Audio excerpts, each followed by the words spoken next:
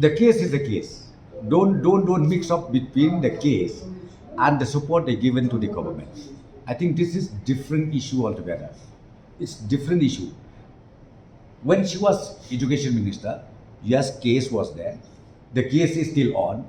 So leave aside that. But now, again, she was re-elected 2018, and she became MLA. She is an MLA till now. And then both, all the five of them decided to support the MLA government. And from the government side, we welcome all of them. And then in a few days from now, we will also utilize their expertise well in the government.